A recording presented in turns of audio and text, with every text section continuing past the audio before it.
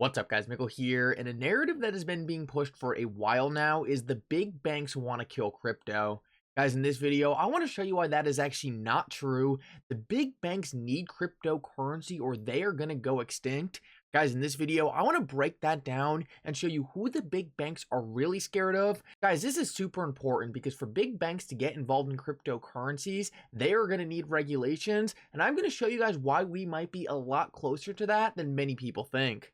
Guys, towards the end of this video, I also want to show you some brand new conflicts of interest going on at the SEC. Eleanor Terrett just reported on something very interesting involving FTX, Jake Clayton, and Ripple. Guys, make sure to stick around for that. You are not going to want to miss it.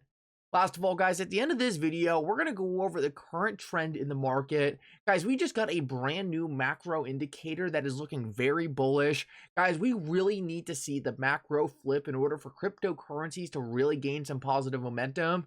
Make sure to stick around to the end of the video to see that. Guys, this could be very promising. Like always, guys, your support means so much to this channel. If you want to see more videos just like this, make sure to hit the like and subscribe button down below and turn on bell notifications.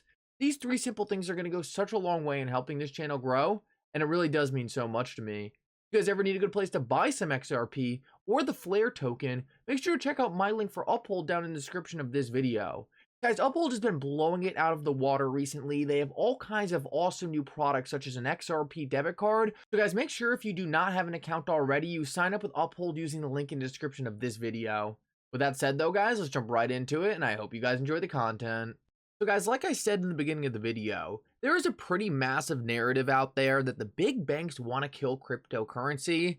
Well guys, I want to start out in this video and show you why that's not true, some direct proof that shows you that the big banks are actually pretty excited about cryptocurrencies. But guys, after that, I want to go over who the big banks' real competition is, because guys, the big banks are in massive trouble and they're actually going to need cryptocurrencies to fight off their competition.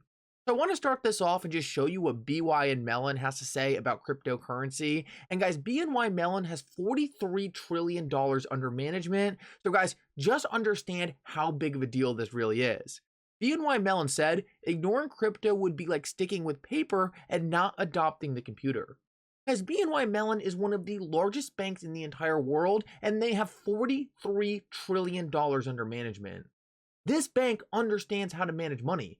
And this bank also understands that cryptocurrencies are going to be the next generation of finance. They're literally telling you not going to cryptocurrencies would be like sticking with paper over adopting the computer. Guys, this does not sound like someone who is skeptical about cryptocurrency. This sounds like someone to me who understands that cryptocurrencies are about to change the entire system. It also sounds like someone to me who is going to be willing to put the $43 trillion that they have under management on the blockchain once tokenization of assets is ready for mainstream adoption. Guys, this is extremely bullish and is a great first indicator that the banks don't necessarily hate cryptocurrencies, and in fact, a lot of these banks need cryptocurrencies for them to advance their business models. But I want to show you just one more, and guys, there are actually a lot of them saying this, but I want to show you just one more to show you, hey, it's not just one bank, it's actually a lot of them. Fidelity CEO bullish on crypto despite scrutiny and price drop. And guys, this is Abby Johnson. She is the CEO of Fidelity, and guys, she is extremely bullish on cryptocurrency. She said in an interview, and I don't have the interview right now, but she says she believes cryptocurrencies are going to be fundamental to the banking sector in the next couple years. Guys, the big banks need cryptocurrency. Cryptocurrencies are going to take these banks into a space-age financial system. Everything is going to completely change. Right now, these banks are sending payments, making transactions that have 3 to 4 day settlement times. Guys, this is absolutely not necessary in the era of cryptocurrencies. These banks could be moving money instantaneously. This is something these banks need bad because of the competition coming after them. And if you guys haven't guessed it yet, the competition for these big banks is actually big tech. Guys, big tech is coming into fintech and coming in fast. Apple, Amazon, Facebook, all these different companies have all kinds of initiatives into finance. And big banks can't compete with the tech these big tech platforms have. Guys, because Apple has so much different software on your phone, they have so many different products under their suite, they're actually able to move money internally a lot faster than the banks can actually move it. Because of this, if you were using Apple's internal system, you can actually move money pretty quickly, and it actually makes the transfers a lot more seamless than if you were to use a bank. Because of this, guys, Apple's fintech program, Square's fintech program, PayPal's fintech program, all these programs are slowly disintermediating the banks, and this is a massive issue for the banks. In order for the banks to catch back up, they need a technology that's going to help them compete with these fintech platforms, with big tech. And guys, what that platform is, what that technology is that will help them catch up is cryptocurrencies. Guys, cryptocurrencies are going to be the only thing that gives these banks the interoperability, the speed, and the efficiency to compete again. So guys, then you have to look at what cryptocurrency, what company is going to help these banks enter the space age. And guys, we know exactly who that is. That is Ripple, helping these banks use XRP to catch back up. Guys, these banks need cryptocurrency. The big banks are not crypto's enemy. It is actually big tech. These banks are going to need a technology to bring them into the space age, and cryptocurrency is their last hope. And guys, one of the best pieces of news about this is these big banks have a lot of money and a lot of power in Congress. So guys, the fact of the matter is, a lot of these banks are going to start to realize, hey, we need cryptocurrency to catch back up, and they are going to need politicians to start putting in policies to help get these cryptocurrencies to a place where they can actually be used by the banks. And guys, this just happened. US Congress' first ever subcommittee on digital assets has been formed as part of the House Financial Service Committee. Guys, right here, we finally see the United States taking the first big steps to validate cryptocurrency and try to create proper legislation around them. Now, guys, I have absolutely no hope that this is going to move fast, and I actually have a feeling this is going to move very slow. But guys, this is the start to giving this asset class legitimacy. This is the start to actually creating rules that are not meant to kill cryptocurrency, but actually help foster the mass adoption. Guys, the more and more these banks realize that cryptocurrencies are going to be critical to their future and their survival, the more we're going to see the different politicians start to create policy that actually helps these cryptocurrencies get adoption. Guys, I really do think we're on the right path, and I hope this makes sense to you. It's a narrative that not a lot of people pick up on, but it's actually one that is very important.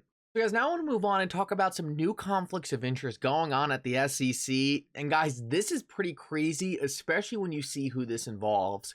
So guys, I'm not going to say one of these names. So guys, just take a look at the screen real quick and I'll highlight it. We're going to call this firm S&C. So guys, right now it looks like S&C was actually heavily involved in FTX. And guys, guess who else was involved in FTX? Apollo Global. Well, guys, for those of you who don't know, Apollo Global is actually who Jay Clayton was meeting with when he was at the SEC, and also who he went to go work for after he left the SEC. Well, guys, it turns out that Jay Clayton was also heavily connected to FTX, and we all know that Jay Clayton used to work for S&C.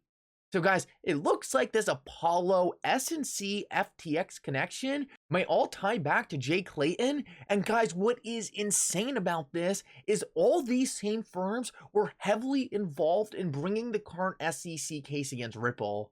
Guys, these are one of those things where it's not a coincidence. What is going on here is a certain subgroup of people working in the crypto industry had direct connections to different people at the SEC, and they were essentially pushing policy to try to carve out the landscape for cryptocurrencies in the United States. Guys, this is how certain projects like FTX got a free pass. FTX was doing highly illegal things in the United States. They were meeting with different politicians, but they never got caught. Guys, they had it in, and they were trying to slow down different projects. And guys, I just think it's obvious that one of the projects they were trying to slow down was Ripple and XRP. All the same people tied up in this FTX fiasco just also happen to be heavily involved in bringing the SEC case against Ripple. Guys, there is going to be some dirt that comes out with all of this, especially once Congress actually starts investigating the SEC. Cross your fingers that better happen. They promised it would. But guys, let's see what happens. This is one of those things where this is why I think Gary's going to have to leave the SEC. If stuff really starts coming out about this and stuff really starts looking bad, guys, Gary Gensler's not going to be hanging around to take the blame for it. At the end of the day, it's actually kind of funny. It's really more on Jay Clayton than it is Gary Gensler. Gary Gensler likely had his hand in this, but it looks really bad for Jay Clayton. And guys, the way politics works is even if it was bad for Jay Clayton, Gary Gensler is going to be the one taking the heat for it. And guys, I don't think he's going to want to do that. I think he's going to leave just like he left the CFTC back in the day when there were past investigations when he was working there. Let's see what happens, guys, but things are looking very positive for Gary Gensler leaving the SEC. And guys, I want to finish this video and quickly show you this. I talked about in my video yesterday how we really need equities to take back off to put pressure off cryptocurrencies. Guys, equities control the direction of all markets. It's just where all the money is, and cryptocurrencies really have been trading like risk assets. Well, guys, I wanted to show you this real quick because this is the put to call ratio. So up here, we have the weighting of how many puts there are to calls in the market. And essentially, we are at the highest levels of puts over calls in history, or at least since 2000. So guys, this means that retail investors or investors in general are all thinking the market's going to go down. Everyone is buying puts, no one is buying calls. And guys, what is so interesting about this is if you look at this chart, every single time this has happened, we have been at the bottom of a market, and the market has quickly turned around after this. So guys, no one knows if we have another quick leg down and then back up, if we have another maybe more substantial leg down and then back up, or guys, we might have already hit the bottom. But what this shows you is we are very close, and guys, typically, not everyone is right. Typically, the masses are wrong. It's all about being a contrarian. So the contrarian view here would be, hey, if it's so obvious the market's going to go down, maybe that's already priced in and the market's not going to go down. It's actually going to go back up. Just something to think about, but in my eyes, seeing this is the kind of thing that makes me bullish. Anyway, guys, thank you so much for coming. I hope you enjoyed this update. If you did, make sure to like and subscribe. It really does mean so much. And for now, Mickle out.